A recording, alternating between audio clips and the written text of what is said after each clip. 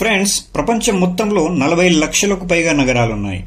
గ్రామాల సంఖ్య ఇంతకు ఎన్నో రెట్లు ఎక్కువగా ఉంటుంది.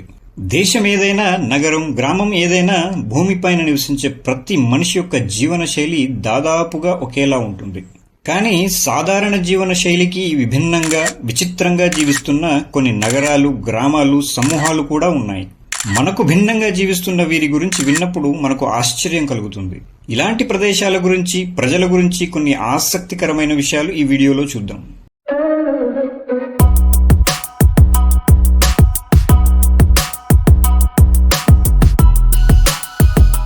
Number 1, Coober Pedy, Australia. ఈ నగర ప్రజలు భూమి లోపల జీవిస్తారు. ఎందుకంటే వారి నగరం భూమి కిందే నిర్మించుకున్నారు కాబట్టి. ఈ నగరాన్ని పైనుంచి చూస్తే మనిషి ఆనవాళ్లు ఏమాత్రం కనబడవు. అక్కడంతా ఒక ఎడారిలా కనబడుతుంది.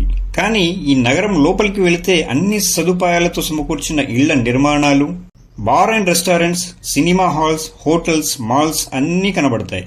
దీనిని సహజమైన ప్రకృతి వాతావరణ పరిస్థితులకు తగినట్లుగా మారిపోయే విధంగా నిర్మించారు. ఇక్కడ ఎండాకాలంలో చల్లగా, చలికాలంలో వెచ్చగా ఉంటుంది.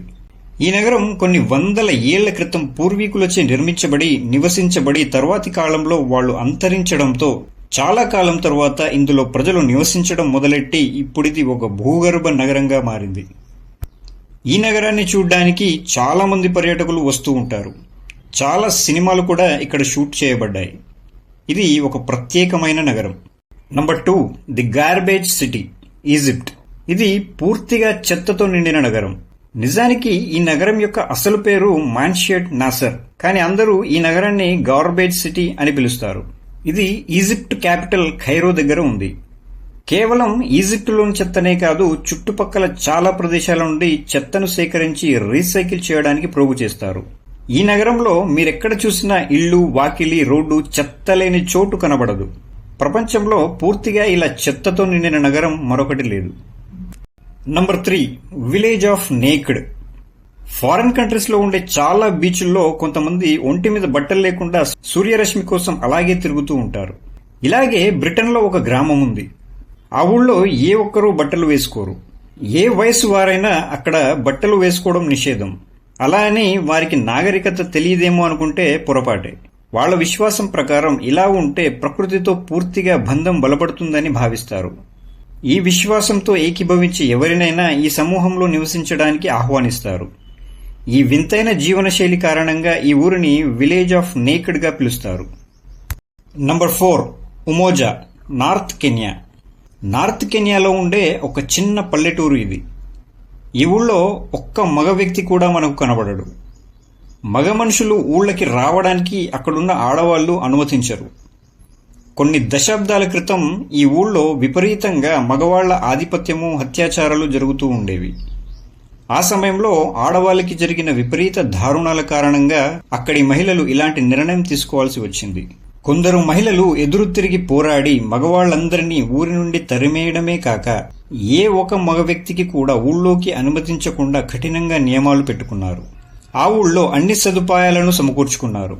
ఈ మహిళల ప్రధాన ఆదాయము ఆడవారు అలంకరించుకునే అరుదైన హారాలు తయారు చేసి అమ్మడం. వీటికి ప్రపంచవ్యాప్తంగా బాగా డిమాండ్ ఉంది. ఇంకా వీరు వ్యవసాయము, పశువుల పెంపకం ద్వారా కూడా ఆదాయం పొందుతారు. 5th one, cave dwellers, China. కొన్ని లక్షల మంది ఇంకా పెద్ద పెద్ద గుహల్లో జీవిస్తున్నారంటే మీరు నమ్ముతారా? ఇది నిజం. చైనాలో ఒక ప్రాంతం పూర్తిగా పెద్ద పెద్ద గుహలతో నిండి ఉంది. ఈ గుహలను అక్కడి ప్రజలు నివాసంగా మార్చుకుని జీవిస్తున్నారు. ఆ గుహల్లో టెక్నాలజీకి సంబంధించి అన్ని రకాల సదుపాయాలు, టీవీ, ఫ్రిడ్జ్, ఏసీ వంటి అన్ని సదుపాయాలను సమకూర్చుకున్నారు.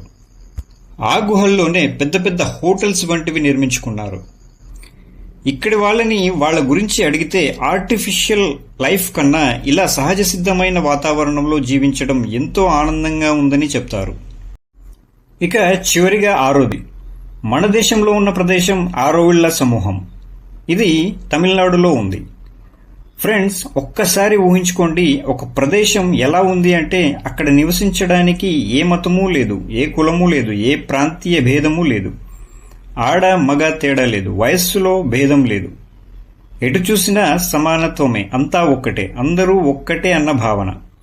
అక్కడ ధనికుడు పేద అన్న తేడా ఉండే అవకాశమే లేదు, ఎందుకంటే అందరి సంపాదన ఒక్కటే కాబట్టి.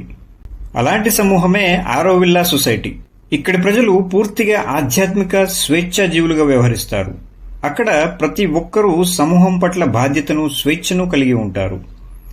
అన్ని పనులు ఏ భేదం లేకుండా కలిసి చేసుకుంటారు. ఈ ప్రదేశాన్ని అక్కడి వాళ్ళు హ్యూమన్ ఎక్స్పెరిమెంట్గా పిలుస్తారు. ఈ సొసైటీని 1968లో అమ్మ అని పిలువబడే మిర్రా అల్ఫాజా అనే మహిళ స్థాపించారు. వరల్డ్ యునెస్కో ఈ సొసైటీకి ప్రధానంగా 4 అవార్డ్స్ ని ఇవ్వడం జరిగింది. సమస్త మానవాళి, సమానత్వము, స్వేచ్ఛలే ఈ సొసైటీ యొక్క ముఖ్యోద్దేశాలు. ఇవి ప్రపంచంలో కొన్ని మనల్ని ఆశ్చర్యపరిచే ప్రదేశాలు, మనుషుల వివరాలు. ఇది ఇవాల్టి వీడియో నచ్చితే లైక్ చేయండి. ఇలాంటి వీడియోస్ కోసం నా ఛానల్ సబ్స్క్రైబ్ చేసుకోండి. బెల్ సింబల్ ఆన్లో పెట్టుకోండి. Thanks for watching.